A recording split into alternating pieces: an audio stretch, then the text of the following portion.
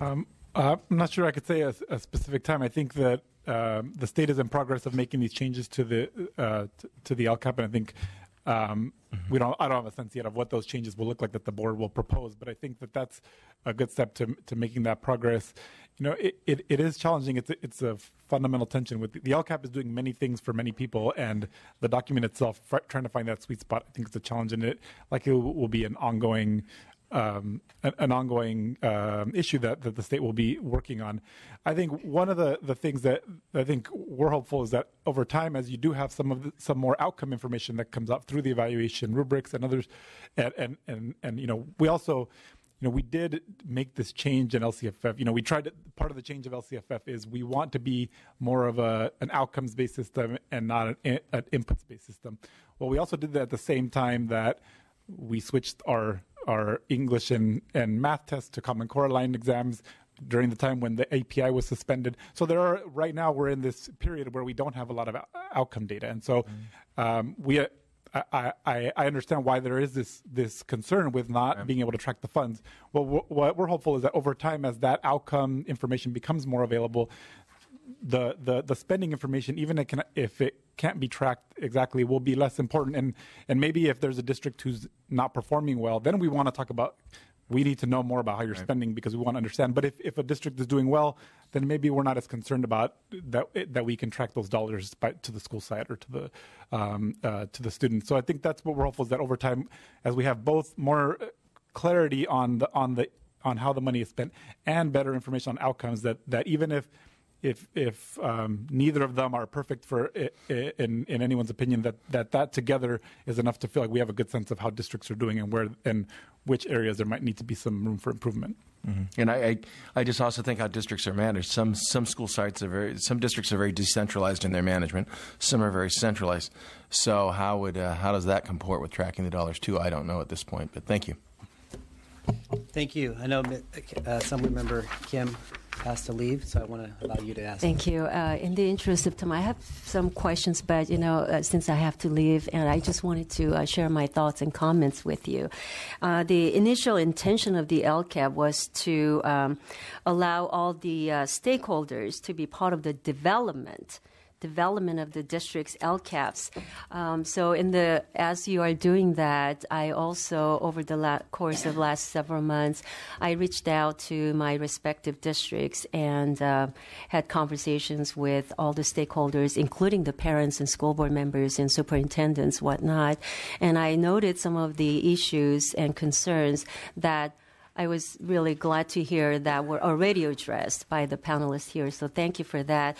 But as you have your meetings, for example, one coming up on Thursday, as you discuss the ways that you can develop a workable LCAP and also including the rubrics and so forth, I would like to also echo some of the comments I heard and maybe hope that you will include that and incorporate that as you develop some plans. And as you already noted, some of the issues that they raised were that, number one, the template is too long and too complex and too detailed for the average parent or the stakeholders to understand. It's been, for the school board members themselves, it's really, really long and difficult to understand themselves. So imagine an average parent, as Mr. Chavez mentioned, they're just so busy. They just want a simple 1 to 3 sentences to understand what LCAP is all about. So I would hope that you will take that into consideration as you develop it so that the document will be more clear and concise.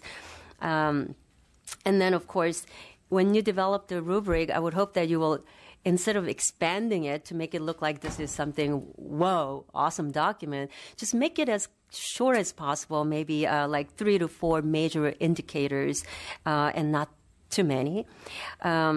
And then in terms of the guidance and accountability, I think there needs to be more guidance and accountability for districts to actually include their parents in the process.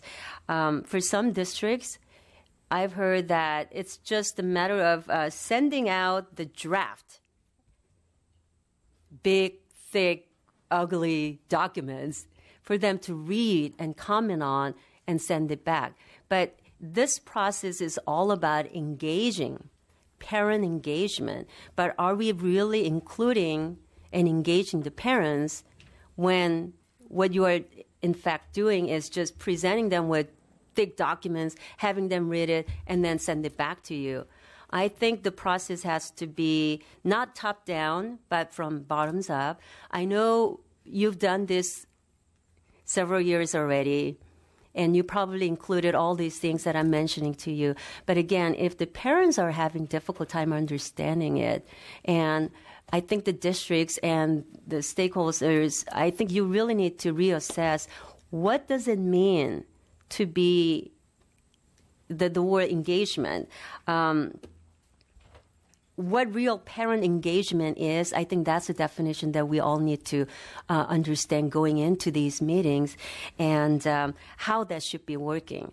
I think we want parents and stakeholders to be part of the development process, not simply a group that has to approve like hundreds of pages that is already presented to them. I think you understand what I'm saying. So I think let's ask the question of whether or not the districts really understand what the productive parent engagement means, and then find more ways that we can engage them in the process. I think if more resources are necessary in that regard to do it, we are the subcommittee that looks into that process, so let us know what help you need the most. So rather than just asking a question, because I don't have time to sit back and then just listen to your responses, I just want to thank you for being here and sharing your information. Thank you. Okay, thank you. Before you go, can we take roll real quick? Mr. McCarty? Here. Chavez? Here. Kim? Here. O'Donnell and Ting? Here. Okay. Thank you. Assemblymember Ting? Thank you. I just wanted to go back to page 7 of the staff report. I believe the LAO was going to lay out some potential options around greater LCFF transparency. I know I raised this issue at our last hearing with finance, and I thought the answer was pretty unacceptable. And in fact, I think really misled the situation. So I was wondering if the LAO could provide some suggestions on how we could achieve greater transparency that would be understandable to all parents. I'm a parent right now. I have a kindergartner in a 3rd grade. I've actually probably one of the few parents in San Francisco Unified that's actually read the LCAP and find it absolutely unreadable. It's impossible for me to understand. So I can't imagine if it's possible for me to understand how any parent in the district could really understand it. So again, any wisdom you have on how we can shed greater light on transparency to make sure that the money's actually getting to the kids would be very welcome. Yeah, sure. And I think we don't have some very specific different recommendations. I think a lot of the kind of options have been discussed, and I thought maybe we could just walk through a few of them and talk about the set of pros and cons. And I think part of it is the issue of what do we mean by wanting greater transparency. I think there are kind of, in some cases, I think when we've talked to folks, that they often are sort of completely distinct and opposite expectations. One of I want to track the money in more detail, which actually is more detail. We want more information about how the money is spent. The information in LCAP is not specific enough. And then in other cases, what we want transparency is the opposite. Is we want it summarized up, that there's too much, that it's too in the weeds, and as an individual, you can't get a good sense of overall what's happening. So I think those kind of, depending on what the concern is, you kind of go in different directions. Well, let me then just be clear about what my personal concern is, since I can only really speak for myself. When we took the vote, and I was one of the members who took that vote in 2013, and I was proud to, and I'm still very much in support of the principles of LCFF. The principle is very simple. We had 2 distinct populations. We had low-income students and we had English language learners, and the goal was to increase funding to better improve their education. So I believe an LCAP should demonstrate exactly that, and it should demonstrate it in a way that is easy enough that someone who's a full-time member of the budget committee can understand it. At this point, they have not achieved that. So as a parent, I can't understand it, and as a legislator, I can't understand it.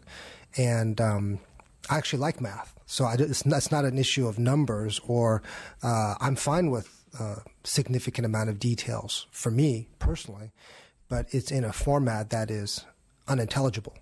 So again, to reiterate the goal. So it's really not a matter of, frankly, Mr. Cabral, what people want. It's really about what we need to ensure that we're providing the proper oversight regarding the funding. And I think it's the LAO's job to really help offer some guidance in that arena. So again, it should be, we should be able to take a look at these facts and figures and be able to fairly quickly determine whether or not the money's getting to the students. Yeah, and so in terms of that specific issue, then I would say we reviewed about 50 LCAPs, and we published a report in January of 2015, and I think we found it challenging in that section. It was very difficult to really understand what was happening, and we do think we made some suggestions for specific guidelines to help clarify what the expectations are for districts in filling out that section. Like, for example, which funds are you supposed to be including? Is it just LCFF, or is it also, for example, Title I funding, federal funding? Should you include one-time spending or ongoing spending? Should you be talking about everything that you're spending, including activities that you funded last year, or are you only supposed to be talking about the increases? A lot of that is currently not clear. I think we think that there could be clarity there. I think the board is just now looking at making changes to that section. We would I think argue that would be ideally the solution would be to make the LCAP clear enough that someone could look at the LCAP and understand. And those are the places that we think that would make sense for there to be clarification. I think the other options that have been discussed. Can you just restate that? Because I don't think I exactly. You mixed a whole lot of things in there. So I think what is the specific recommendation? I think when we reviewed the LCAPs, what we found is that there was not a clear expectation for districts in terms of what exactly they were supposed to be including in that section that's intended to demonstrate that you're increasing or improving services. So I think what we recommended is that the legislature could direct the board to make changes to the template so that there was clarity that you should be including all funding, not just the LCFF supplement on concentration, but federal funding as well. That it be clear that this is specifying new funding and not funding that you've already been spending in prior years, so that it shows you that it's an augmentation to the existing services, and that would help provide some clarity for exactly what you're supposed to be looking at when you look in that section. And would you just put that in a lump sum, or would you want to break it out in some fashion? Are there some metrics that you think are telling or would accurately portray what's going on? I think our biggest thing was starting with what dollars are you supposed to be classifying there. Once you get there, I think we would expect there to be some additional detail in terms of what are the things that you're doing. I think that we don't have quite a right answer for what's the level of detail that's appropriate or correct. I think in reading a lot of those, we did find when I read a few that were very, very detailed. They had resource code tracking, and they had very individual. As somebody who does look at this kind of information all the time, my eyes started to glaze over as well. So that did seem very too detailed. But I think in some cases there was just a quick description, and it didn't feel like you could understand what's happening or very clear. So I think that's a challenge. I don't know that we feel like we know what the right level is of detail in those. So our recommendation was more about very specific. Just be clear about exactly what you're supposed to be discussing in this section of the LCAP. And I don't know if that gets exactly. I think the challenge with all of this, right, is another approach is to be more to really track the funds, right? You would create a resource code, which is the way we've done this with categorical programs in the past. I think that's going to give you more specific detail on exactly that funding. How was it spent? Was it spent on salaries and benefits? Was it spent on materials? Was it spent on counselors? You could get much more information. That's going to require work from the department to roll out the accounting changes, for districts to do things to account for the funds in that way. So it is, and it's essentially tracking the way we did the categorical programs. And I think that there's a concern about going too far in that way, but that's kind of the sort of extreme that gets to a lot of that level of detail. Well, I guess I have a concern about tracking spending and not tracking results. Ultimately, what we care about is that the achievement is improving. I mean, ultimately, what we said was we didn't say whether or not we were spending too much or too little in areas. What we said is we had an achievement gap that we needed to close. And so ultimately, I think what we do have to remind ourselves, we can make ourselves feel better, and we're saying, hey, we're spending X amount of thousands of dollars per kid or whatever. But if the achievement gap doesn't close, I don't know why we would be proud. So again, I think the rubric does need to constantly go back and take a look at what our ultimate goal was, which is, are we properly serving the students? And so again, while I think it is important to, I think we should take your suggestions and would ask that the chair think about how we can really delve into this specific rubric about how to provide more detailed direction.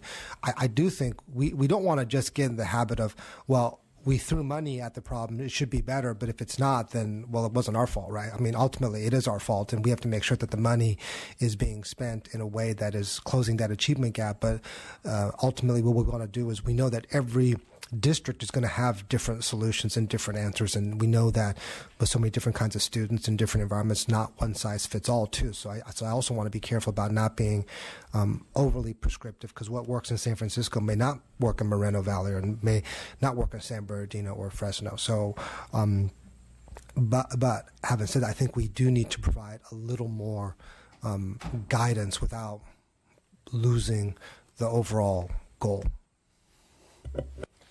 If I could just jump in, I think I would agree with you, Deborah Brown, with the Department of Education, and I think that's what we're struggling with now. We actually, because this was a transition implementation, we know more this year about what's happening locally than we did last year, which is a good thing, and we'll know more next year because the evaluation rubrics will be in place. But nobody disagrees with you on the complexity of the template and ultimately what it looks like at the local level, and the fact that oftentimes it's challenging for even the most sophisticated people to get through them. And so I think I just want to reemphasize the process that the board and department are going through, that are going to be going through to really update the template, to really provide more information, make it more user-friendly, so that we can see how supports and services are being increased and improved for students, because that really is the goal. And so there's going to be an input process, and we'll know more in May than we know now about what that'll look like. But just want to emphasize the point around making sure that we know what those dollars are being spent on, and the dollars on a sheet of paper. It's really important that we know what they're going for, because that's the goal. But I think we're moving in that direction. Thank you. Okay. Thank you. We have another panel of a parent, which I think is going to be really enlightening too, and some practitioners from school boards. But I have a few questions about this. First, I want to go back to the overall issue of LCFF and where we're at funding. It's kind of confusing because the governor's budget says we're funding at 95% of where we should be, and based upon your chart, your presentation says we should be at the end $18 billion. Right, and then if you add up the last 3 years, we're a little over $13 billion. So is it safe to say we're 75% of the way there? Yeah. Well, so I think part of it, the complexity, the $18 billion is sort of point in time, and the other thing is the LCFF also is adjusted by cost of living every year, and so that sort of if you just look at how much the state needed to provide to get to full implementation, it's sort of 18 billion plus money to account for growth in cost of living and changes in attendance. So I think what we would say is, I think 95%, the way we have been trying to talk about it, is if you look at how much money we were providing in 12-13 and compare that to, or in 13-14, the first year we enacted, how much did the state provide compared to the total LCFF target? And the number is 72%, and that's the first part in that chart on our chart on page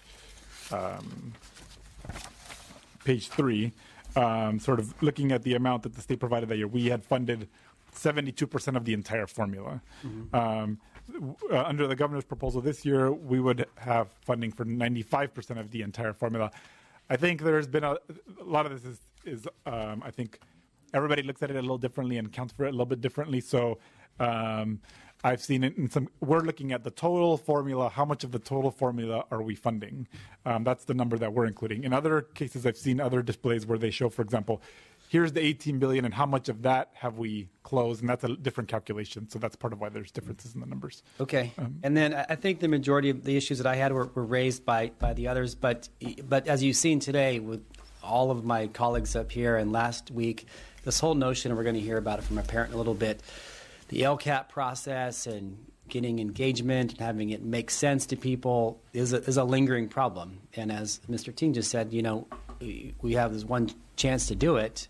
And, looking back years later and saying we didn't really get it right or have opportunity for real and meaningful engagement is hard. And so I don't know the solution today, but I want to ask, you all, and we're going to be looking as well to possibly come up with something that we can.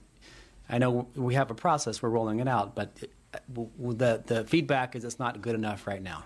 And we're going to hear that loud and clear in a few moments. I see it here. I've seen it as a parent in this community here in Sacramento, and the stuff we get in the mail and the robocalls and trying to find information. And I know it's not easy, as Mr. O'Donnell said, to track by every kid, but some people want to, let's say you're in an open enrollment and you have choices. You want to go pick at schools. You can go to these great apps on your iPhone, Great Schools, whatever they are, and try to figure out, and it's really user-friendly. What if you want to see where these individual schools or districts are spending their concentration supplemental money, reading specialists, arts, music, what have you. And so it really doesn't jive with the desire of us to want to have a meaningful engagement process. And so that's going to be a continued issue to address. With that, thank you very much. And I know we're going to have some of you come back at the end to talk about the governor's proposal. But now we want to have panel number 2 with a few local school districts from across the state, our County Office of Education here in Sacramento, and a parent.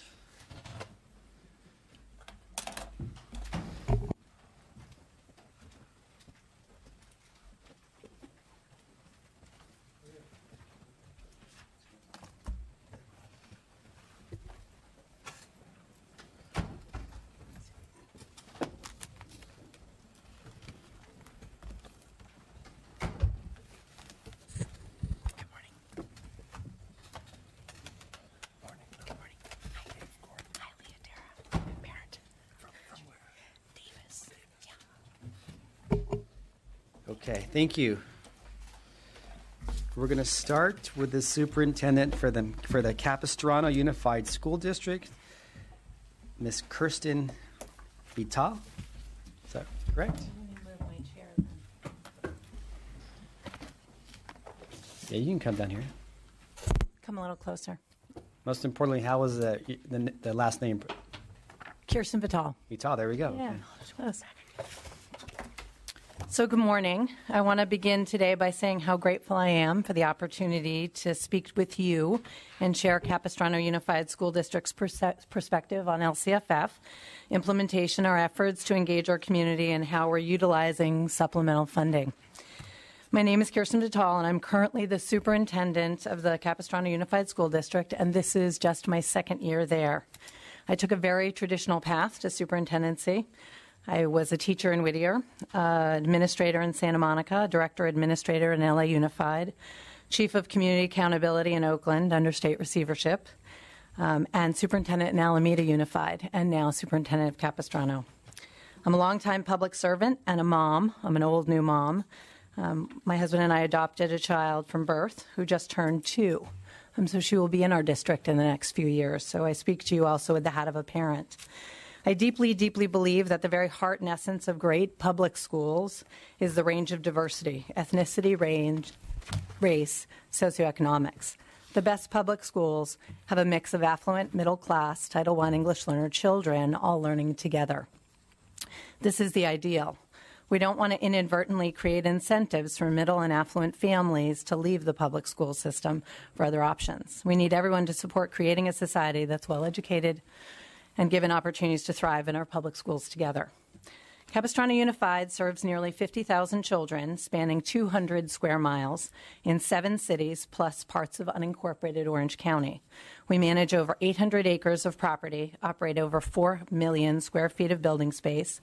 We have 53 traditional schools, 1 under construction, 9 additional schools including charters, and 5 administration facilities, 68 sites.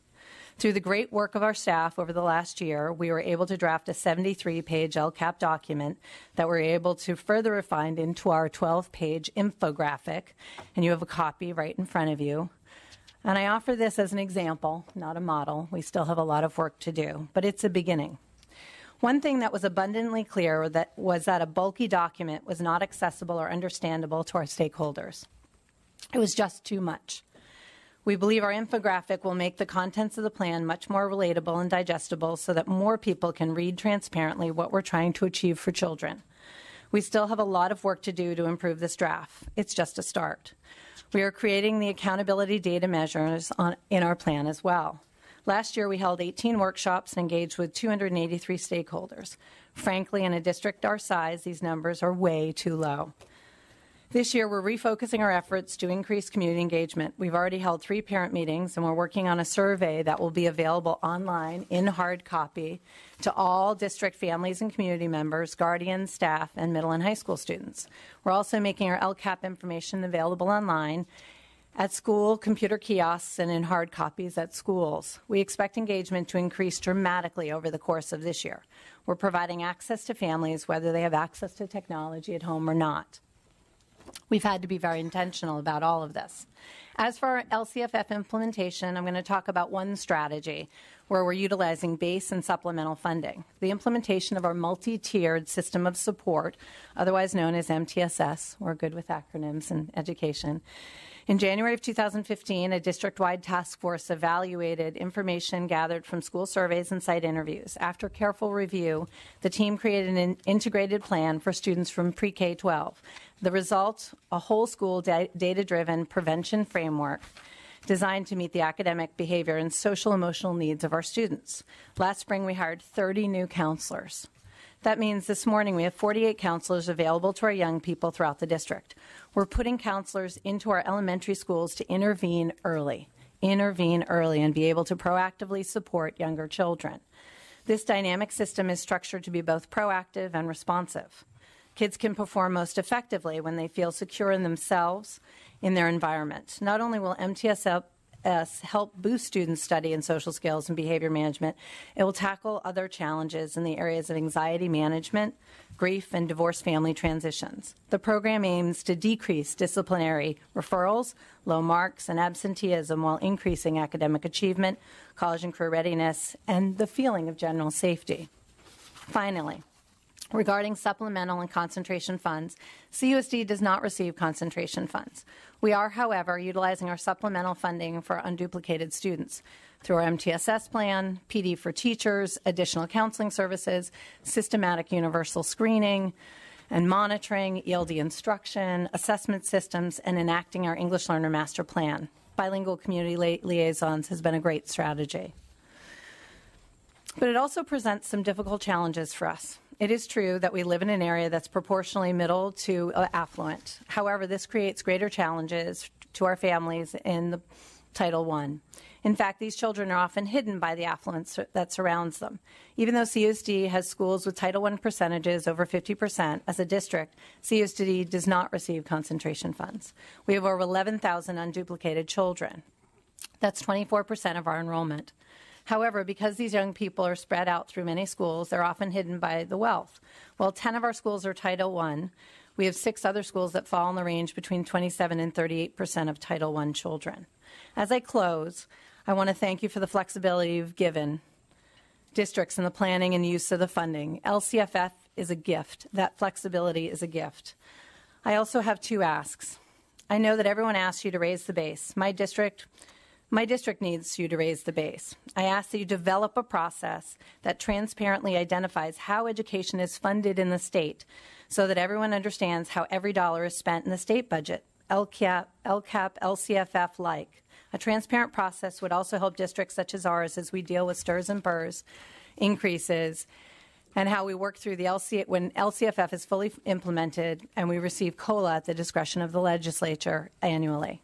My second ask is that you seek opportunities to expand LCFF concentration monies to schools at 50% Title I and above.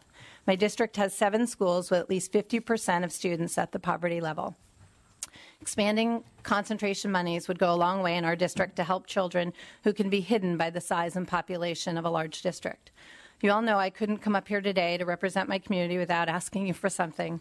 It's an honor to be here, and I'm extremely grateful for the opportunity. I realize the enormous complexity of your roles and all of the competing priorities you must deal with on a very limited state budget. It's very challenging. I appreciate all of you for your service to our state, to our parents and guardians, and most importantly, to our children in our public schools. I'm reminded today in sitting here that this is a 3 to 5 year process. We'll get there together. I encourage the state to track outcomes. Let districts track how dollars and investments change outcomes for our children. I appreciate being able to set goals and then invest dollars with a local elected board, multi-funded, to support those programs and outcomes. Thank you. Thank you. Quick question for you. Who's your assembly member? Who is your representative? Bro. Yeah. Okay. Great. We'll tell them that we had a good presentation up here. Thank you. Next.